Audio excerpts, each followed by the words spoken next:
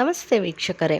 ಹಿಂದೂ ಪಂಚಾಂಗದ ಪ್ರಕಾರ 30 ಮಾರ್ಚ್ 2025ರಂದು ಶ್ರೀ ವಿಶ್ವವಸು ನಾಮ ಸಂವತ್ಸರ ಆರಂಭವಾಗಲಿದೆ. ನಾಳೆ ಯುಗಾದಿ ಹಬ್ಬವನ್ನು ಆಚರಿಸಲಾಗುತ್ತದೆ. ಯುಗಾದಿ ಹಬ್ಬದ ಮಹತ್ವವನ್ನು ತಿಳಿಯೋಣ. ಯುಗಾದಿ ಆಚರಣೆ ಚಂದ್ರ ಹಾಗೂ ಸೂರ್ಯನ ಚಲನೆಯನ್ನಾಧರಿಸುವಂತಹ ಹಬ್ಬ. ಕರ್ನಾಟಕದ ಬಹುಭಾಗದ ಜನರು ಮತ್ತು ಆಂಧ್ರ ಪ್ರದೇಶದವರು ಚಂದ್ರಮಾನ ಯುಗಾದಿಯನ್ನು ಆಚರಿಸುತ್ತಾರೆ. ಅಂತೆಯೇ ಗೋವಾ, ಗುಜರಾತ್ ಮತ್ತು ಮಹಾರಾಷ್ಟ್ರದಲ್ಲಿ ಯುಗಾದಿಯನ್ನು ಗುಡಿ ಪಾಡ್ವಾ ಎಂಬ ಹೆಸರಿನಲ್ಲಿ ಪ್ರತಿಯೊಂದು ಮನೆಗಳ ಮುಂದೆಯೂ ಗುಡಿ ಅಂದರೆ ರೇಷ್ಮೆಯ ಧ್ವಜ ಅಥವಾ ಬಟ್ಟೆಯನ್ನು ಒಂದು ಕೋಲಿನ ತುದಿಗೆ ಕಟ್ಟಿ ಮನೆಯ ಮುಂದೆ ನಿಲ್ಲಿಸುವ ಪದ್ಧತಿ ಚಾಲ್ತಿಯಲ್ಲಿದೆ. ತಮಿಳುನಾಡು, ಕೇರಳ ಮತ್ತು ಕರಾವಳಿ ಭಾಗದ ಕರ್ನಾಟಕದವರು ಸೌರಮಾನ ಯುಗಾದಿಯನ್ನು ಆಚರಿಸುತ್ತಾರೆ. ಯುಗಾದಿ ಎಂಬ ಪದವು ಸಂಸ್ಕೃತ ಪದಗಳಾದ ಯುಗ ಮತ್ತು ಆದಿ ಎಂಬ ಪದಗಳಿಂದ ಬಂದಿದೆ. ಯುಗ ಎಂದರೆ ಯುಗ, ಆದಿ ಎಂದರೆ ಆರಂಭ. ಯುಗಾದಿ ಎಂಬುದು ಹೊಸ ವರ್ಷಾರಂಭದ ಸೂಚನೆ. ಹಾಗಾಗಿ ಯುಗಾದಿ ಎಂಬ ಪದ ಗಮನ ಸೆಳೆದ ಕೂಡಲೇ ಯುಗ ಯುಗಾದಿ ಕಳೆದರೂ ಯುಗಾದಿ ಮರಳಿ ಬರುತ್ತಿದೆ ಎಂಬ ದ ರಾ ಬೇಂದ್ರೆಯವರ ಜನಪ್ರಿಯ ಭಾವಗೀತೆ ಸಾಲುಗಳು ನೆನಪಾಗುವುದು ಸಹಜ.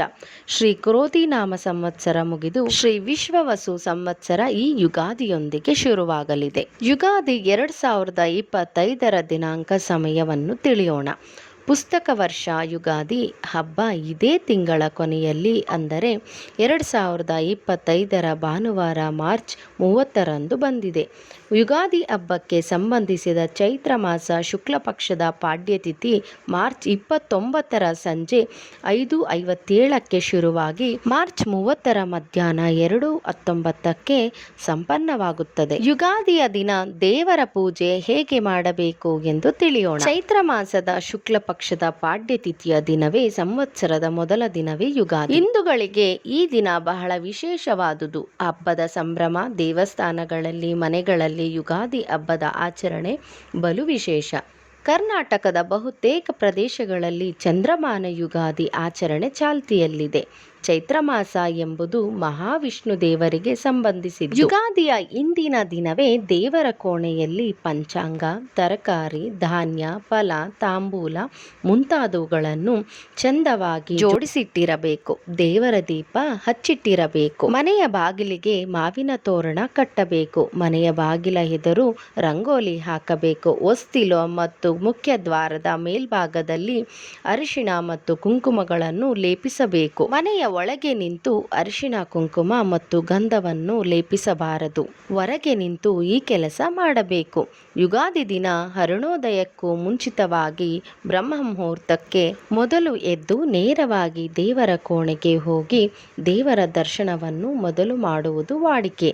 ಅದಾಗಿ ಮನೆ ಮಂದಿಯೆಲ್ಲ ಪೂರ್ವ ದಿಕ್ಕಿಗೆ ಮುಖ ಮಾಡಿ ಕುಳಿತುಕೊಳ್ಳಬೇಕು. ಮನೆಯ ಹಿರಿಯರು ಎಲ್ಲ ಸದಸ್ಯರಿಗೆ ಕುಂಕುಮ ತಿಲಕ ಇಟ್ಟು ಸ್ನಾನಕ್ಕೆ ಹೋಗುವಂತೆ ಸೂಚಿಸುತ್ತಾರೆ. ಆಗ ಎಲ್ಲರೂ ಮೈ ಕೈಗಳಿಗೆಲ್ಲ ಎಣ್ಣೆ ಹಚ್ಚಿ ಅಭ್ಯಂಜನ ಸ್ನಾನ ಮಾಡಬೇಕು. ಅಭ್ಯಂಜನಕ್ಕೆ ಸೀಗೆ ಪುಡಿ ಬಳಸಬೇಕು.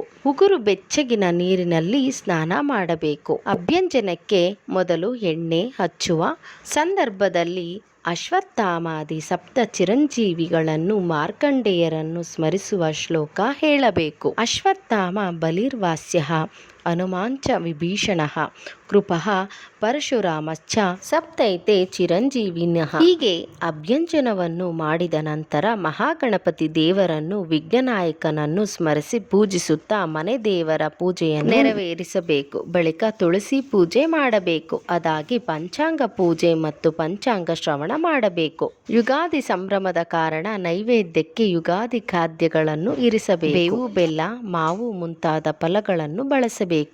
ಯುಗಾದಿಯ ಪೂಜೆಗೆ ಅವಶ್ಯವಾಗಿ ಬೇಳೆ ಒಬ್ಬಟ್ಟನ್ನು ಮಾಡಬೇಕು. ಉಳಿದಂತೆ ಹಬ್ಬದ ಅಡುಗೆಯನ್ನು ದೇವರಿಗೆ ನೈವೇದ್ಯವಾಗಿ ಅರ್ಪಿಸಬೇಕು.